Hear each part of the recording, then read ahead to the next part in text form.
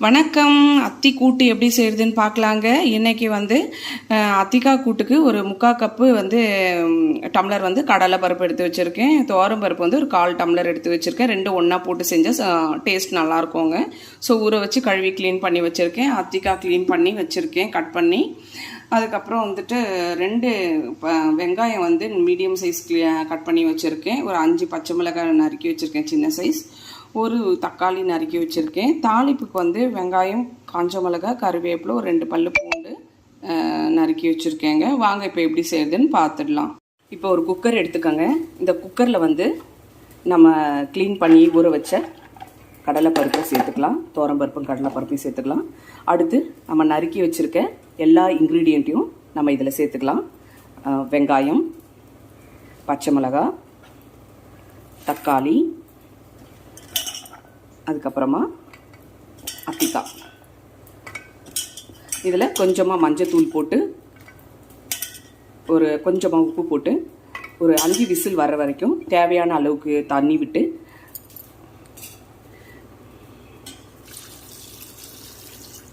இது வேக வச்சு எடுத்துக்கலாங்க. இப்போ இந்த குக்கரை மூடிடலாம். மஞ்சத்தூள் ஒரு 1/2 ஸ்பூன் போட்டுக்கிட்டேன். உப்பு தேவையான அளவுக்கு போட்டுக்கிட்டேங்க. இப்போ ஸ்டவ் பற்ற வச்சு குக்கர் நான் ஸ்டவ்வில் வச்சுட்டேங்க. இப்போ இது 5 விசில் வரட்டும். அவ்வளோதாங்க. குக்கர்லேருந்து நான் வச்ச மாதிரி 5 விசில் முடிஞ்சிருச்சு. பருப்பு பாருங்கள் வெந்துருச்சு, காய்கறியும் வெந்துருச்சு, லிமிட்டடான தண்ணியும் இருக்குது. இப்போ இதில் ஒரு தாளிப்பு கொடுத்து கலரி வச்சிடலாம். அவ்வளோதான், வேலை முடிஞ்சிடும்.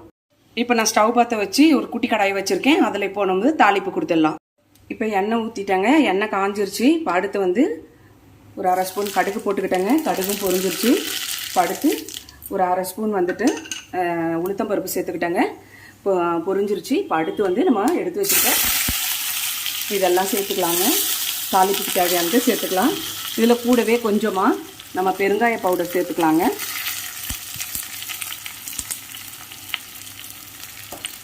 அவ்வளோதாங்க. இது இப்போ இந்த வெங்காயம் வதங்கன்னு எடுத்து அப்படியே இந்த குக்கரில் சேர்த்துக்கலாம். அவ்வளோதாங்க, ரெடி ஆகிடுச்சு. நான் ஸ்டவ் ஆஃப் பண்ணிவிட்டேன். இப்போ இதை அப்படியே அவ்வளோதாங்க. இப்போ தாளிச்சு அப்படியே கலரி கொடுத்துக்கலாம். அவ்வளோதாங்க, கூட்டு ரெடி ஆகிடுச்சு. இப்போ ஃபைனல் டச்சாக விருப்பப்படுறவங்க தேங்காய் துருவல் சேர்த்துக்கலாம். நான் சேர்த்துக்கிறேங்க. உங்களுக்கு வேணும்னா நீங்கள் சேர்த்துக்கலாம். அவ்வளோதான், கலரி கொடுத்துட்டு லைட்டாக கொதி வந்ததும் ஆஃப் பண்ணிவிடுங்க. அவ்வளோதாங்க, அத்திக்காய் கூட்டு ரெடி ஆயிடுச்சு. இந்த வீடியோ உங்களுக்கு பிடிச்சிருந்தா லைக் பண்ணுங்க, கமெண்ட் பண்ணுங்க, சப்ஸ்கிரைப் பண்ணுங்க, ஆல் பட்டனை கிளிக் பண்ணுங்க. ரொம்ப ஈஸியா, ரொம்ப டைமிங்கா, குயிக்லியா பண்ற மாதிரி ஒரு ரெசிபி பண்ணிருக்கேன். ட்ரை பண்ணி பாருங்க, டைம் சேவ் ஆகும். தேங்க்யூ.